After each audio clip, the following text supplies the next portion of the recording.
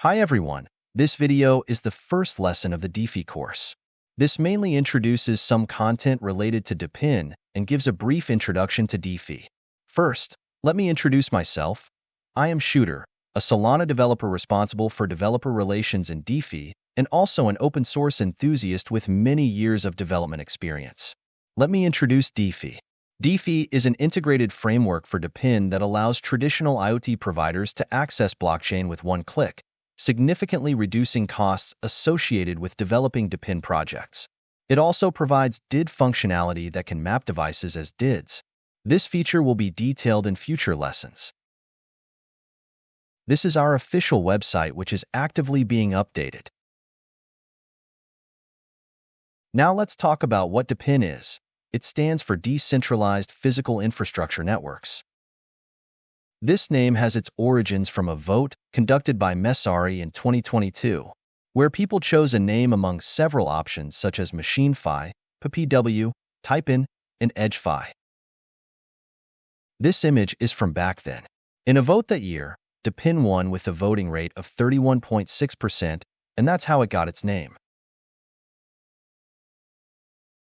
Then let me introduce the architecture of DePIN. First of all, it has some physical devices. For example, let's say we have a temperature sensor. Then, a middleware component is needed. In this case, DePHY takes on this role. Additionally, there is a blockchain involved. What is its purpose? For instance, a climate sensor collects data from the external environment and then transmits it through the middleware component to the blockchain layer.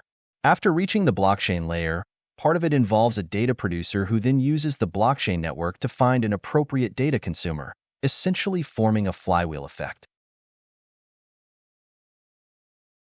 Messari categorizes various types: service type, wireless networks, and sensor-related services. Filecoin or Arweave serving storage needs. Akash handles computing layers akin to AWS, but on Web3 standards. There are also projects for CDN networks and VPNs.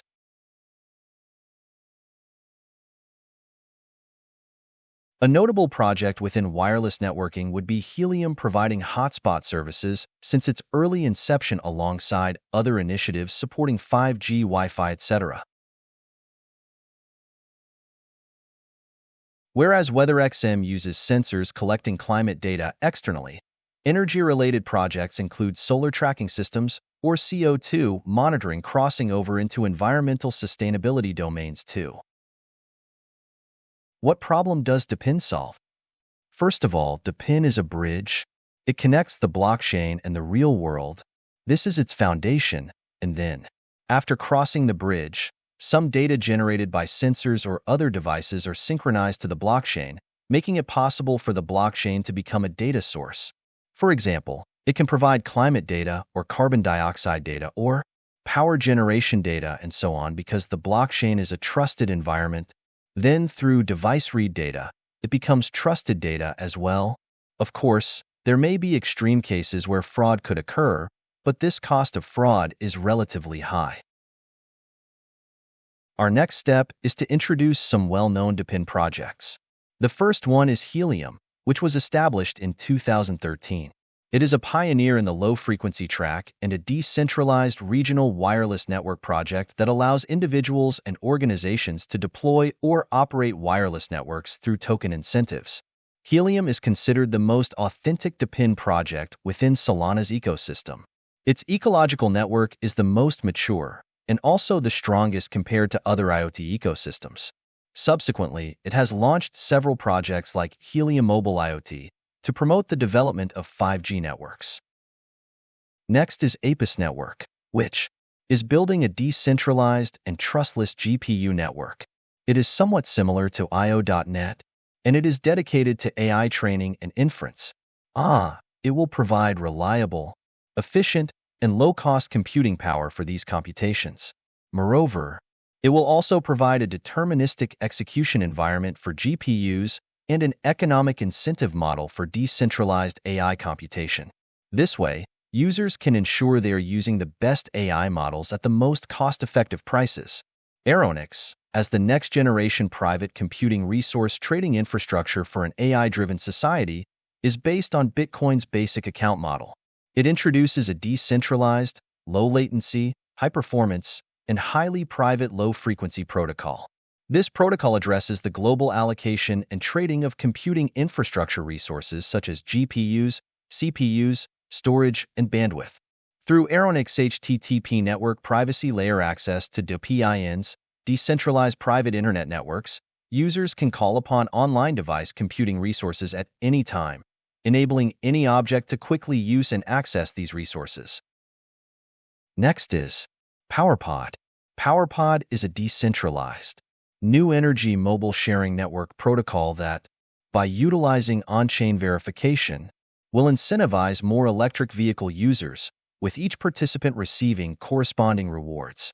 Through technological advancements, it will bring greater value to the network. This method actually achieves full decentralization of authority. It will accelerate the coverage of charging facilities and also reduce charging costs. And further reduce reliance on large, centralized suppliers. Then, I will introduce some resources related to DePIN. For example, our first link is actually Helium. Messari has done an analysis on DePIN. You can take a look. There is also something called DePIN Hub, which collects many DePIN projects and provides simple introductions to these DePIN projects, as well as some interviews and other related content. The next one is Helium blog, which introduces. Of course, this blog is for developers. I have listed here a developer's blog that helps developers understand how to develop within the Helium ecosystem. The documentation is quite comprehensive. The last link is DePIN Explorer, where you can view some DP data such as climate data or car-generated data. It allows you to check through this Explorer website. It may not support all DePIN projects, but through this project, you can get a more intuitive sense of the data.